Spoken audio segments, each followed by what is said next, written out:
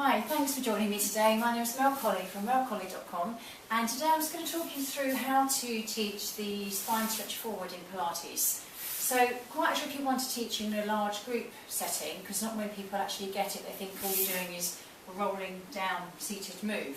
So it's a little bit more tricky than that. So for one-to-ones or in a small group class, it's ideal. So from a seated position, you can usually tell your client's posture, which posture type they are, or where they've got their imbalances. So you can probably see, you might be able to see from here, that I've got a slight, either a neutral pelvis, or posterior tilted pelvis. So when I'm in a standing position, it tends to be fairly neutral.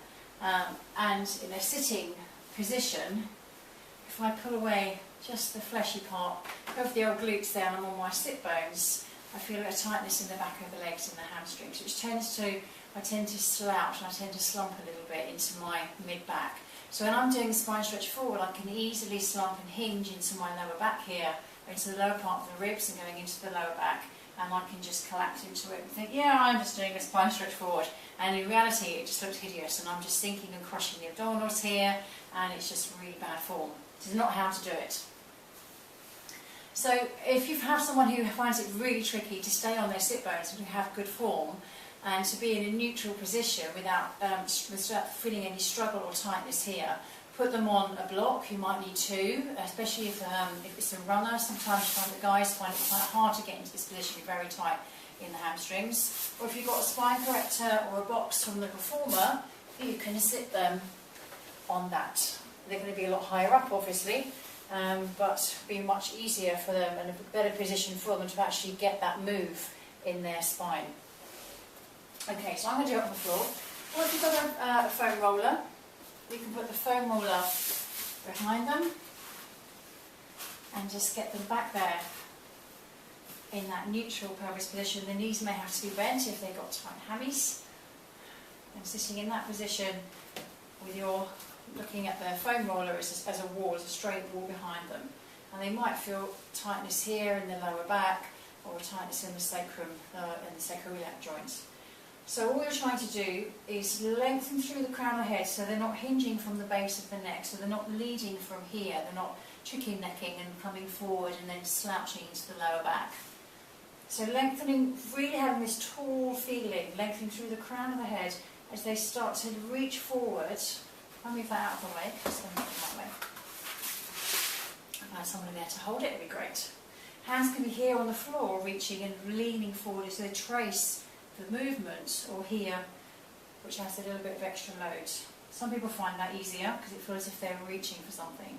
And you can also imagine that someone's put a band around you or your lower belly and they're pulling it backwards as you're reaching forwards. And that helps you feel as if you're just lifting and lengthening through the spine, as if you're pulling the hip bones together to lift the abdominals. Instead of pushing down the abdominals, you are engaging abdominals from the pelvis and from the base of the pelvis and picking up all the way through, as if you're sucking up from the base of the spine all the way up the spine, like you're going up a lift. Okay, so let's have a little go, shall we? So I'm going to take a deep breath in to prepare, widen the shoulders on my back, and exhale as I start to lift from the base of the spine. I can feel myself lengthening through the crown of the head, lifting up through the tailbone, grounding as I start to pull back here, as if someone's pulling me back, and lengthening forward. I'm not going to go very far because I don't have that flexibility in my hamstrings, but I'm also feeling that the pelvis is tilting forward or hinging here on top of the legs. So if you have flexible hamstrings, you're going to be able to be here with the legs out straight, feet flexed, pushing the walls away with the feet, lengthening through the crown of the head, tilting that pelvis forward on top of the thighs, on top of the quads, and you'll probably be able to have your chest further down than I can get mine. If I was going to do that, I would start to hinge here in my back, and I'd compromise from the lack of flexibility here in my mid-back. So somebody next to me in class who's down here, and I'm here, I'm going to feel a little bit, oh, she can do it, why can't I? That's not fair. So I might try and reach forward and hinge into my lower back. So I'm not really getting the desired effect that I want to from this move.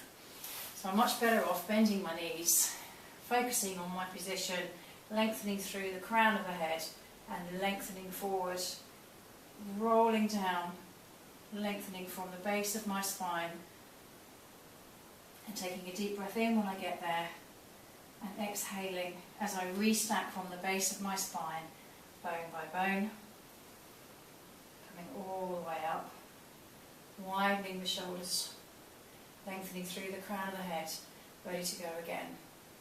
Lifting and lengthening. If someone's pulling me back from here, but I'm not hinging into my back, lengthening through, rolling through without jamming my chin into my chest, reaching and lengthening, and slowly coming back up, restacking, restacking, and restacking.